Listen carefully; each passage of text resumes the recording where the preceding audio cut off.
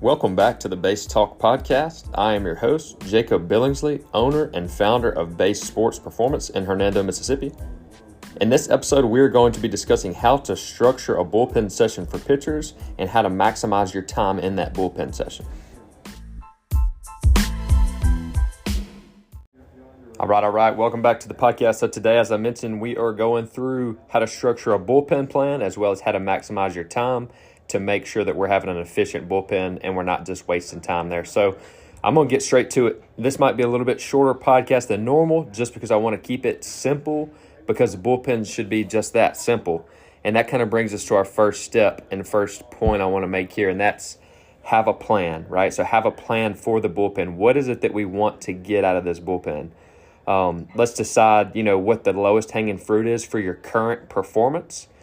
So that could be several things. I'll give a couple examples. It could be an 0-2 breaking ball placement, right, where you really want to work on an 0-2 pitch, where you're working on getting that breaking ball, down and away into the dirt, extended off the zone a little bit.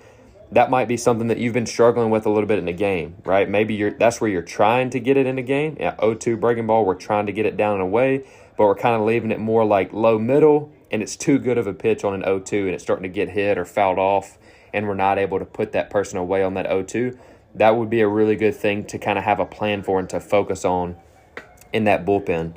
It could be a 2-0 changeup to where, we're a little bit behind in the zone, in the count, and we're trying to get, a changeup placement, trying to be able to get that for a strike on a 2-0. Instead of just grooving a heater. That might be something, if you're a little bit higher level, maybe a higher high school level, college, professional athlete, and you're trying to get, like a 2-0 changeup, that would be a good thing to have a plan for in a bullpen.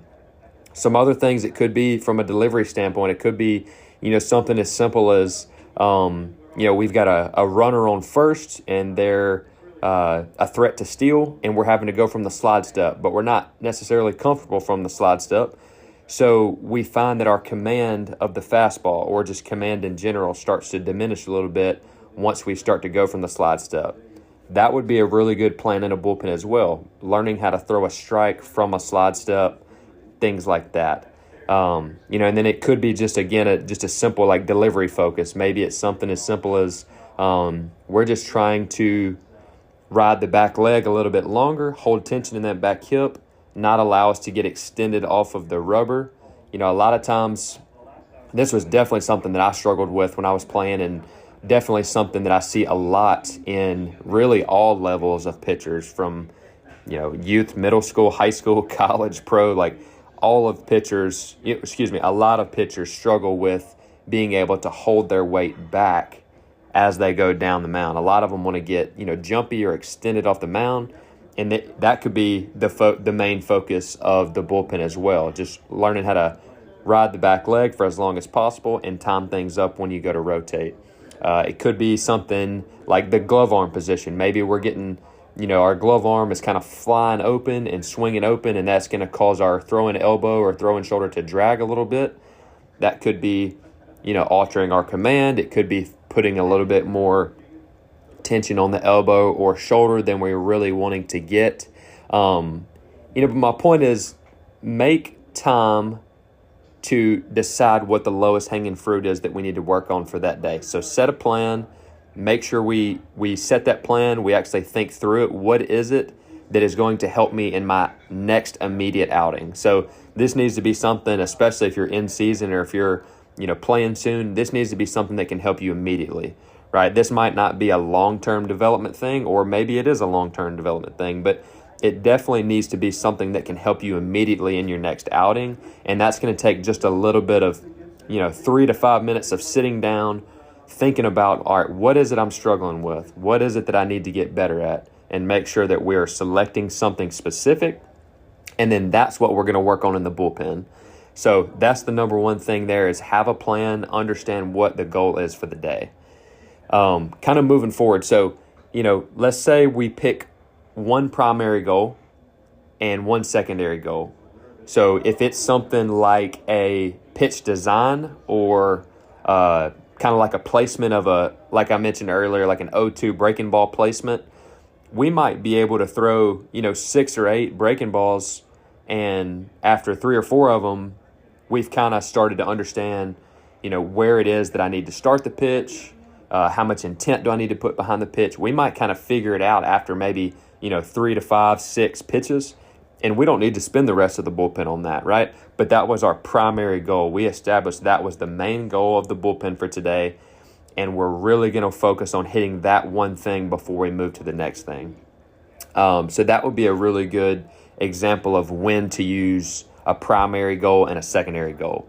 A secondary goal, could, after that, it could be something like going back to the glove arm position. So at first, we want to work on the 0-2 breaking ball placement. Okay, after 10 pitches, we really feel like we've kind of got a hang of that. We understand the timing. We understand where to start it, things like that. And we kind of feel like we've accomplished that goal within the first 10 or 12 pitches.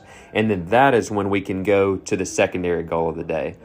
If we haven't established that we kind of understand what the primary is and we haven't really done what we wanted to get done, that's when we wouldn't go to the secondary goal, right? We want to stick to that primary goal because that's why we have labeled that as the primary. That's the main goal of the day.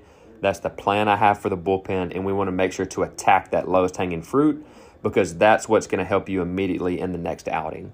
So, another thing that you might only have one goal for could be, like I mentioned, riding that back leg, not getting extended off the back leg, making sure that we're sinking into the leg, we're holding tension as we take our weight shift towards the plate. We're still holding tension through that back foot. That's something that might take the whole bullpen or even a couple bullpens and outings to get used to. That might not be something that we can fix in 10 to 12 pitches.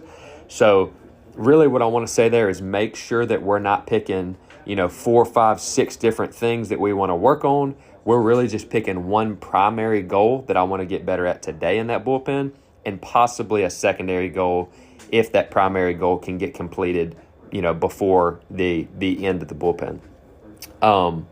So the next point I want to make is stick to the plan. So we made a plan for a reason, right? We've identified what the lowest hanging fruit was. We've identified how we're going to attack that. And now we want to make sure that we stick to the plan. Focus on the goal that we set. So we set that goal for a reason. We've got to focus on that because, again, that's what's going to help us now. That's what's going to help us immediately in the next outing. When I was playing, this is something that I definitely needed this advice because I struggled hard on kind of jumping around from thing to thing. I might come in thinking that I want to work on riding the back leg, and then all of a sudden I find myself spinning off and not being able to land the breaking ball. So then I throw 8 or 10 pitches trying to get the breaking ball landed for a strike. And then all of a sudden you look up and I'm at 30 pitches and I really haven't established anything at all that I was looking to do. So make sure that when we set that plan, we stick to the plan. We want to make sure this is the goal. We're going to reach that goal before we do anything else. Don't hop around from thing to thing. Hey, don't say, four seam is good up in the zone. Changeup's good. Oh, I saw this thing on Instagram or TikTok, or I saw one of my favorite MLB pitchers working on this drill. I kind of want to work on that now, right? That's not what we want to do. We want to make sure that we select what we want to work on, what the primary goal is for the day, and then we stick to that plan. So set the plan, stick to the plan, work the plan, and focus only on that goal. Don't jump around from thing to thing. The goal of bullpens like this in our practice sessions is to get 1% better at something specific. So, we don't want to split our, let's just say we're going to throw a 25-pitch bullpen. We don't want to split our attention between 4 different things in those 25 pitches, because then we only have, however many that is, 6, 7 pitches to work on 4 different things. That's not near enough pitches usually in order to actually develop and get something established like that. So, understand that if we're only going to throw 25, 30 pitches, that we've got to spend the majority, if not all of that time on that one main goal. So stick to that goal. Make sure that we're trying to get 1% better at something specific instead of splitting that 1% between 4 different things. And now we're spread too thin, and then we didn't really get much better at anything for the immediate next outing. And then the last point I want to make here is make sure that you have a hard stop pitch count. So again, I'm assuming that, most of these bullpens, I'm kind of talking toward like in-season bullpens, maybe like between outings, things like that. So make sure that we have a hard stop number. So if it's a Tuesday and I know that I'm pitching on Thursday or Friday, I've got to have a hard stop number. Maybe that number is 25 pitches. I know that I'm going to work on an 0-2 breaking ball placement, and then once I get that, I'm going to go to an 0-2 or 1-2 fastball up in the zone placement. That's my primary goal and my secondary goal for the day. I'm not going to spend 40, 50, 60 pitches trying to bounce between 2 or 3 different things. I know that I've only got a certain amount of pitches to execute the goal on for the day, and then once we get to that number, that's a hard stop. It's, hey, if I've either completed the goal for the day at that 25 or I haven't, regardless, that 25 is my hard stop number. And then another thing I want to note here is also have like an ideal stop number. So in a perfect world, in a best case scenario, let's say that my hard stop number is 25 pitches. Ideally, we're looking to get out of there in 15 to 18 pitches. That's like an ideal scenario in this example I'm using. So, maybe my first 3 to 4 pitches are just well-located fastballs. I'm getting the rhythm of the mound. I'm getting my arm going. I'm getting my timing. And then I go into my goal of an 0-2 breaking ball placement. Maybe I flip 1 or 2 for strikes. And now all of a sudden we're at 7 or 8 pitches. I'm leaving myself, 7 to 8 pitches again to work on the execution of that 0-2 breaking ball placement. So I'm getting myself warmed up, I'm getting myself timed up, and then I'm going straight into the goal. And I know I've only got 8 pitches in order to, execute on that pitch. At the most, we're going to 25, but ideally we're trying to stick between that 15 to 18 number in this scenario. So my point to that was understand what your hard stop number is and understand what the ideal pitch count is. So again, ideally, if I'm pitching in 2 days, for me, I'd like to stick between 15 to 18 pitches.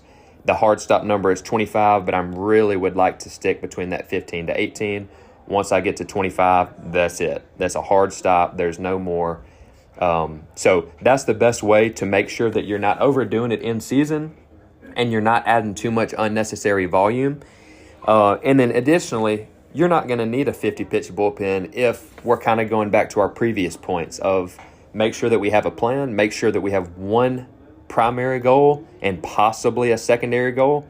When we have one goal, we don't need 50 pitches to go and execute that one goal, right? We can be a little bit more efficient in the bullpen. We can throw less pitches, but we can throw more quality pitches. And at the end of the day, that's the goal of the bullpen, is to get better at something immediately that can help me in my next outing. And also just knock a little bit of the rust off from the previous outing, right? Instead of me going 7 or 10 days in a row without an outing, maybe I throw on the 3rd or 4th day just a 15 to 18 pitch bullpen with a hard stop pitch count number of 25. And now I've hit the mound. I've allowed myself to get some reps in that, I feel fresh, I feel good, and I'm also not going to overdo that throwing volume and get too many throws in to where I'm a little bit fatigued and I'm still trying to recover 2 days later when my number gets called and I'm pitching in the game. So a little bit shorter one, but hopefully this one is going to be beneficial to you guys on how to structure a bullpen. Just a quick recap. The first point was have a plan, understand what your lowest hanging fruit is for the next outing and hit that. Have a plan and stick to the plan. Number 2 was that, pick one primary goal and possibly a secondary goal depending on what that plan was. But pick one thing, stick to that one thing. And that was the third thing, stick to the plan. Know what you're doing, stick to it, focus on the goal. Again, the goal is to get 1% better when we're in those bullpens. We don't want to split that 1% between 3 or 4 different, things that we're working on. Get 1% better at that one thing. And if you do that, 10, 12 weeks in a row, now all of a sudden we're way better at that one skill. And now it's no longer our lowest hanging fruit because now it is something that we can use to help us in big situations. And then the last point was make sure that we understand our pitch count. Have a hard stop number and then have an ideal number of, if I get my work done in these pitches, I'm going to cut it off, right? So in the scenario I used, I'm pitching 2 to 3 days from now. The ideal pitch count number is 15 to 18 pitches with a hard stop of 25. I'm not throwing any more than 25. ideally 15 to 18, and that's going to allow me to get good work in, get good quality focus on what my goal was, as well as make sure my volume doesn't creep up and increase too much to where I'm still fresh and ready to pitch in 2 days. So if that helped, if that was helpful, if that was beneficial to you guys, please feel free to share that. Let us know other topics you'd like to hear about. Until I catch you in the next podcast, have a great day.